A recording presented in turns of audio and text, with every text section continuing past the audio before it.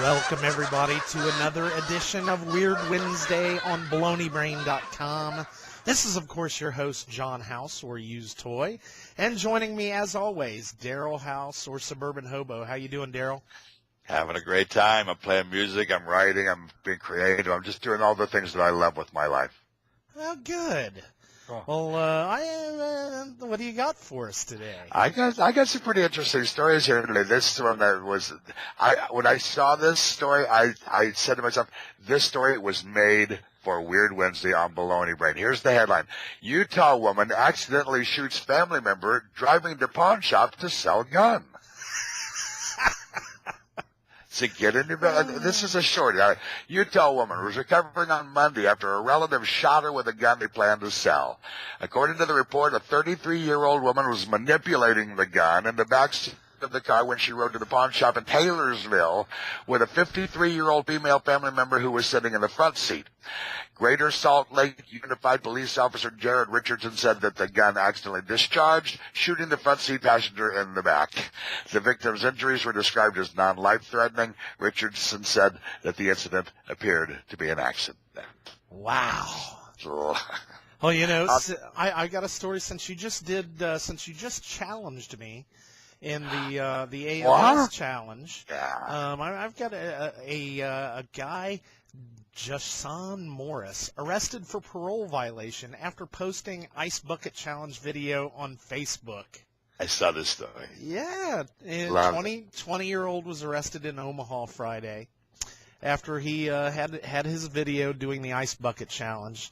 He was convicted in 2010 for 2 felony convictions: assault and use of a firearm during the commission of a crime. Of course, he was only 16 at the time, but anyway, yeah, he posted it up there. By the way, you know, you challenged me. I plan on because I was re-challenged on Facebook, and I saw. And so we're all going to do it Thursday in front of the Old Crow. So. Oh, fun! That's great. Well, let me tell you what happened last night. This is not that subject, but off of our Weird Wednesday. One of the guys that I challenged, we were going to do him last night after dinner, and we got him out on the back porch. We got the ice, we got the water, we got the bucket. He challenges his 3 or 4 people he's doing. I dumped the bum over his head, and the person who was filming on their Android camera phone didn't get it. That's awesome. So did he have to do it again? No, I said, listen, I will verify that. He won't have the video. They go, I guess we can do a video of him driving. He says, nothing to do with that. And I don't blame him. That was crazy. Well, what else you got for us today? Oh, well, I tell you what, I just fun stories out of West St. Louis. You know, they got their problems out there going on as it is right now, but this was kind of cute. I thought just west of St. Louis, a corrections officer, this is in a jail, corrections officer has been suspended with pay after inmates accused him of putting pepper spray on the pizza he gave them.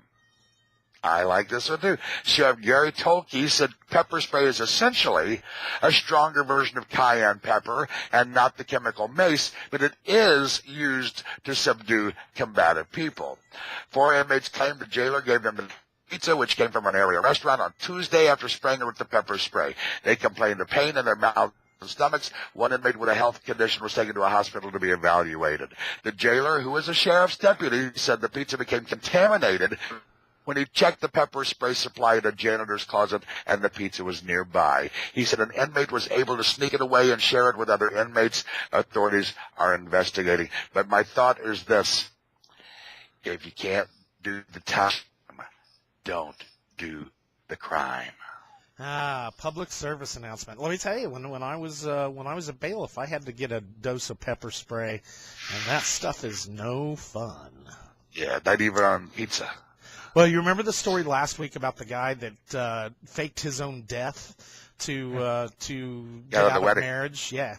Well, this also a British man fakes kidnapping so he can party without the girlfriend.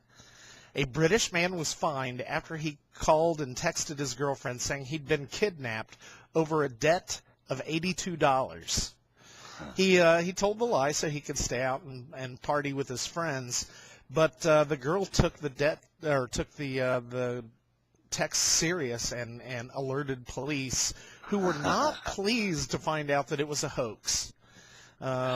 Considerable resources and time went into finding this man, and I mean, you can imagine they went they ended up finding out that he was just doing it to stay out and party with his friends. I'm gonna get you another beer, dude. That's funny. Hey, well, here's my story that I like this one out there. You never know who you're dealing with or letting into your home.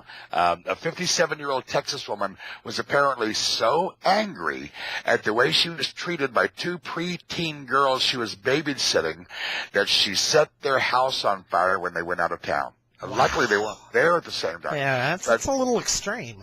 Out of Austin, Texas, Martha Dreher was arrested this week and charged with arson. She had worked for the family for several months, said the girl's father. The woman denies setting the fires, which were in the two girls' bedrooms. Now, this even gets better. She did tell William Tyler that she was unhappy with the job. She wanted to quit. She said that it was horrible, that the girls, my oldest, had been very disrespectful. Now, surveillance video from earlier this month showed Dreher driving up to the empty house, letting herself in. She left 20 minutes later as flames began to appear at the girls' bedroom windows. Wow. The fires were, this woman did this. The fires were contained in the two bedrooms and burned themselves out, but not before doing thousands of dollars of damage. Dreher's attorney said that the accusations are unfounded. Only fires in the two girls' bedroom. Well, the thing, her attorney says they're going to be pushing for, in addition to obviously lie detector tests and everything else we can do to prove her innocence, is evidence. John, I think they should just make her do the ALS Ice Bucket Challenge. Well, you mentioned you don't know who you're dealing with. Well, here's a story that proves that.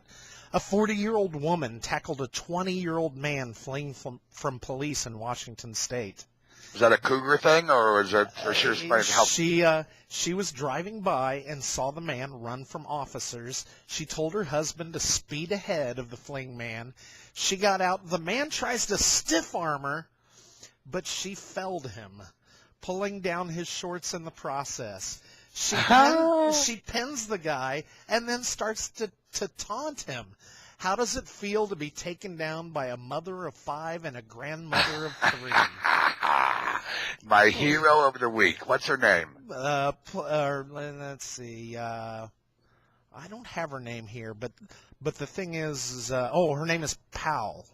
Something Powell. Two big thumbs up, Mrs. Powell. Two big thumbs up. The police say that Mrs. Powell's actions, that they were glad to have her help, but you should not get involved in police matters. They're absolutely correct, but you gotta applaud her. Boom, boom, out go the lights. I love it. Hey, well, listen, it's been another fun week here on Weird Wednesday. BaloneyBrain.com, your home away from home. We're glad that you could be with us for a little bit. We'll plan on seeing you next week. Thanks for your story. We'll see everybody next week. Bye-bye.